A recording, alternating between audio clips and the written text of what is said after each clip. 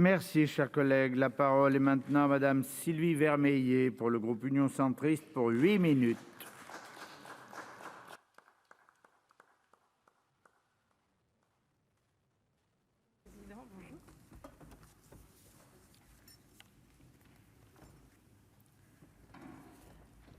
Monsieur le Président, Monsieur le Ministre, Mesdames, Messieurs les rapporteurs, mes chers collègues, des catastrophes naturelles aux causes multiples, aux conséquences dévastatrices, mais au caractère de moins en moins exceptionnel et aux intensités anormales, tel est le bilan dressé par nos territoires qui sont de plus en plus sinistrés. L'été dernier, inondations, incendies et records de température ont engendré des dommages humains, matériels et financiers considérables.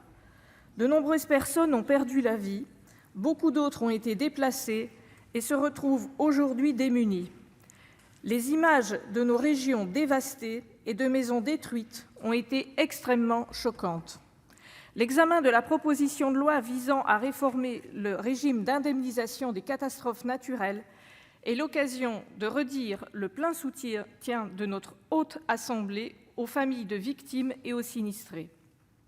Dimanche dernier encore, 6 communes d'Ardèche étaient reconnues en état de catastrophe naturelle à la suite des intempéries de début octobre. La succession de ces bilans, probable signe des premiers effets du changement climatique, fragilise le régime CatNat et montre le besoin d'une part d'assurer sa pérennité et pour ce faire de renforcer d'autre part les dispositifs de prévention. La proposition de loi déposée à l'Assemblée nationale vise à s'ajouter au régime prévu par la loi du 13 juillet 1982 qui repose sur un système mêlant l'assurance privée et la réassurance publique. Le texte qui nous est aujourd'hui présenté s'articule autour de 2 axes. Assister les collectivités locales dans la mobilisation des différents instruments juridiques et financiers destinés à indemniser les victimes de catastrophes naturelles, renforcer la protection et les droits des sinistrés. Cependant, la proposition de loi de Nicole Bonnefoy, adoptée à l'unanimité au Sénat en janvier 2020, nous semblait autrement plus efficace. Concernant le premier axe, le présent texte renforce l'accompagnement des élus locaux dans la reconnaissance des états de catastrophes naturelles. Il propose d'en allonger les délais de procédure et de mettre en place dans chaque département un référent à l'indemnisation des catastrophes naturelles. Ce référent sera chargé d'informer, d'appuyer et de conseiller les collectivités dans leur utilisation des dispositifs d'aide et d'indemnisation après la survenue d'une catastrophe naturelle. Face à l'esseulement des communes, nous ne pouvons que saluer cette initiative. La présente proposition de loi crée une commission nationale consultative chargée de rendre un avis annuel simple sur la pertinence des critères retenus pour la reconnaissance de l'état de catastrophe naturelle par la commission interministérielle de reconnaissance de l'état de catastrophe naturelle.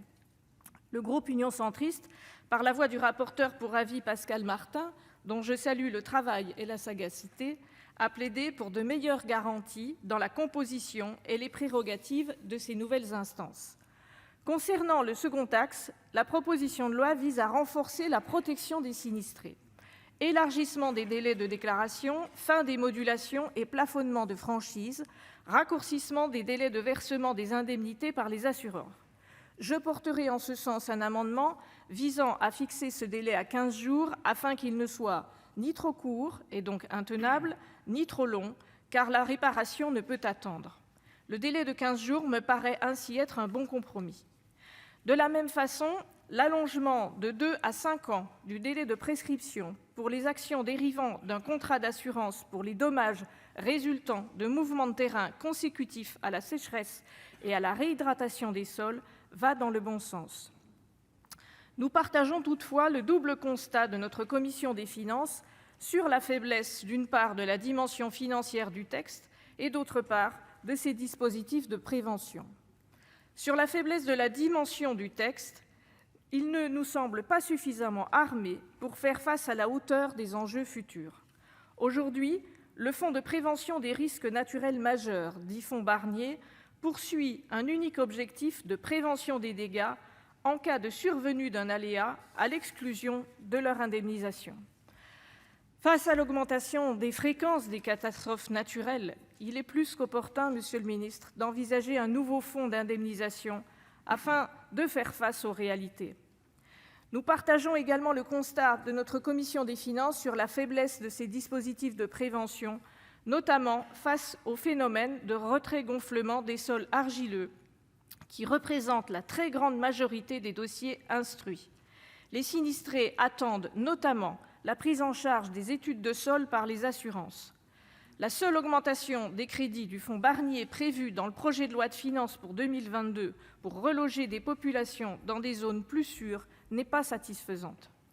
J'accueille à titre personnel avec bienveillance les propositions de nos collègues Nicole Bonnefoy et Isabelle Briquet sur l'indemnisation des phénomènes de sécheresse, souscrivant à la vigilance de l'association des sinistrés, les oubliés de la canicule. Le groupe Union centriste soutiendra ce texte, quoiqu'il considère que l'objectif d'amélioration du régime ne peut être atteint sans remplir celui d'une meilleure prévention à long terme de l'ensemble de ces phénomènes. Je vous remercie.